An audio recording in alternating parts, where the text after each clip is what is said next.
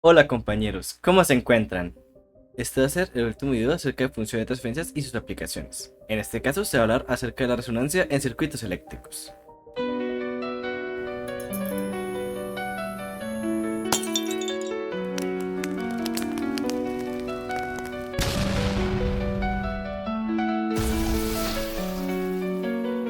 Ahora, iniciemos por la definición. En el contexto de circuitos eléctricos, la resonancia es un fenómeno que ocurre cuando la impedancia total vista por alguna rama del circuito, y en especial de la fuente, se vuelve puramente real. Es decir, que la parte imaginaria, que por lo general está comprendida por la capacitancia y la inductancia, se anula. En este punto, la fuente o la rama del circuito ve únicamente una resistencia conectada a ella, sin los efectos respectivos del capacitor y el inductor. Este fenómeno tiene consecuencias importantes en la transferencia de energía, ya que permite una máxima transferencia de potencia a la carga. Pero en este caso nos interesa más que todo hallar la frecuencia a la cual sucede este fenómeno. Para encontrarla haremos el uso de la función de transferencia de impedancia, es decir, el voltaje, en este caso de la fuente, dividida sobre la corriente también de la fuente. Este efecto solo puede ocurrir si y solo si el circuito contiene tanto un capacitor como un inductor, ya que estos elementos reactivos los que permiten que sus efectos se cancelen entre sí. Estos efectos se ven reflejados en las impedancias más que todo, ya que si observamos la impedancia del inductor es positiva, mientras que la del capacitor es negativa. Es decir, si sumamos su equivalente en serie o en paralelo tanto el inductor como el capacitor, tal vez en algún punto se cancelen. Esto dependerá de la configuración del circuito. Pero en estos casos siempre se cancelará, ya que es lo que justamente buscamos, observar este fenómeno. Y para que ustedes entiendan mejor, les he traído el siguiente ejemplo que vamos a desarrollar.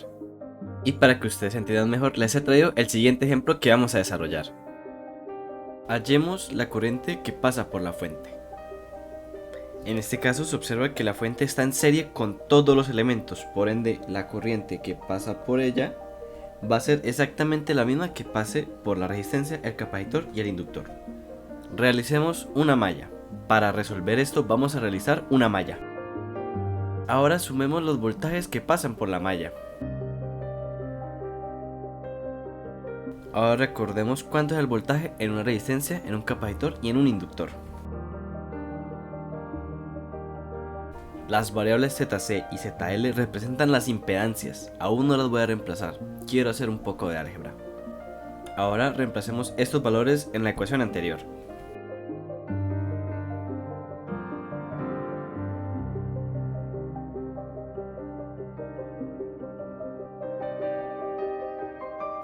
Y esta es la corriente que pasa por el circuito. En este caso quiero observar qué clase de impedancia ve la fuente. Es muy fácil observarla a ojo, pero en algunos casos no es tan sencillo, por eso es mejor hacer un proceso. Por ende, la impedancia que ve la fuente es la siguiente.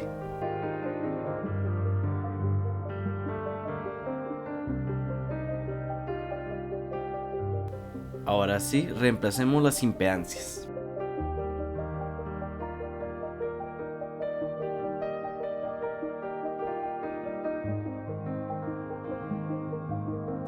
Ahora identifiquemos cuál es la parte imaginaria y cuál es la parte real. Por ello haré un poquito más de álgebra. Si observamos, esta es la parte imaginaria de la impedancia que ve la fuente. Como dijimos, queremos que la fuente solamente vea una impedancia real, es decir, una resistencia de algún valor. Por ello igualaremos la parte imaginaria a 0, es decir. Y ahora resolvemos la ecuación. Como únicamente nos interesan las frecuencias positivas, la raíz va a tener un valor positivo. Y listo, a esta frecuencia va a suceder este fenómeno. Recordemos, este fenómeno únicamente no nos interesa que lo vea la rama de la fuente, sino puede suceder en cualquier rama del circuito. Esto lo podrán ver cuando realicemos ejercicios. Ahora verifiquemos que lo que hicimos esté correcto. Como se observa, se llegó satisfactoriamente a la impedancia que ve la fuente. Pero ahora revisemos la frecuencia a la cual ocurre este fenómeno. Otra vez, hemos llegado a la respuesta correcta, por ende, hemos concluido satisfactoriamente este ejercicio. Pero ahora analicemos un poco más lo que sucede a esta frecuencia. Antes de continuar, he actualizado el código de MATLAB de filtros. En este caso, agregué la parte de resonancia. La idea es que ustedes puedan experimentar qué sucede si cambia la resistencia, la capacitancia o la inductancia, para observar cómo cambia la frecuencia de resonancia.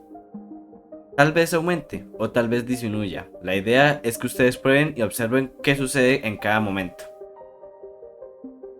Ahora analicemos qué es lo que sucede. Aunque la impedancia del capacitor y el inductor se cancelan a la frecuencia de resonancia, los voltajes individuales sobre cada uno pueden llegar a ser muy altos, pero de signo opuesto cancelándose justamente. Esto ocurre porque ambos almacenan y liberan energía de forma alterna y precisa. A pesar de que la suma de los voltajes en el circuito puede llegar a ser cero, cada componente, en especial el inductor y el capacitor, está sometido individualmente a tensiones considerables. En este caso particular, si hallamos el voltaje del capacitor, se observa que es de igual magnitud al del inductor, pero del signo contrario. Si además asumimos una resistencia unitaria, el voltaje de cada uno de estos elementos es prácticamente el mismo que el de la fuente. Por ejemplo, si en el ejercicio hubiéramos tenido una fuente de 1000 voltios, tanto como el inductor como el capacitor estarían sometidos a esta tensión. Esto puede ser un problema grave, ya que si el capacitor es del tipo electrolítico, que usualmente soporta como máximo 100 voltios, en este escenario la tensión real sería 10 veces mayor a la que soporta, por ende provocaría un daño irreversible a este. Por esta razón, en aplicaciones reales se evita operar a la frecuencia de resonancia, a menos que el circuito esté diseñado para esta. De lo contrario, existe un riesgo bastante elevado para la integridad de los componentes. Ahora, para finalizar, observemos las conclusiones que se pueden sacar acerca de la función de transferencia. En resumen, se tiene que la función de transferencia es una herramienta fundamental en el análisis de circuitos eléctricos que relacionan la salida con la entrada. A muy grosso modo, los ejercicios que conllevan el uso de función de transferencia se basan en resolver el circuito dejando simbólica la frecuencia angular para posteriormente dividir la salida, como recordemos era un voltaje o una corriente de alguna rama del circuito, en la entrada que puede ser la fuente independiente de tensión o la fuente independiente de corriente. A partir de ahí ya usaremos alguna función de transferencia para hallar lo que nos pidan. Ahora las conclusiones son las siguientes. La función de transferencia describe cómo un circuito responde ante una señal de entrada variable en frecuencia, facilitando el análisis de la relación entre la entrada y la salida. A partir de la función de transferencia se pueden determinar el tipo de filtro que representa el circuito. En este caso podrían ser pasabajas, pasaaltas, pasabandas o rechazabandas, y conocer las frecuencias de cortes de estos. También permite identificar condiciones especiales en el circuito, como la frecuencia de resonancia, donde la impedancia reactiva se anula y la fuente P únicamente una resistencia conectada a ella. Aunque, como sabemos, no necesariamente debe ser eso. La función de transferencia es esencial para el diseño y optimización de circuitos, ya que esta predice y controla el comportamiento del sistema ante una señal de entrada. Ahora continuemos con la bibliografía. Como en videos anteriores me he basado en estos 4 libros, principalmente en el Sadiku. Gracias por haber visto la serie de videos, espero que hayan entendido los temas y que les haya gustado. Por favor síguenos en esas redes sociales, aparecemos como Rama y Triple Wiz. Si no te quedó muy claro, tienes alguna duda o tienes algún ejercicio que quieres que realicemos, por favor escribe al correo que aparece en la diapositiva, estaremos muy atentos para resolver todas sus dudas. O escriben en los comentarios, también responderemos ahí. El video de la siguiente semana hablará acerca de circuitos acoplados magnéticamente. Iniciaremos por inductancia mutua. Sin más, me despido, espero verlo la próxima semana. Hasta luego.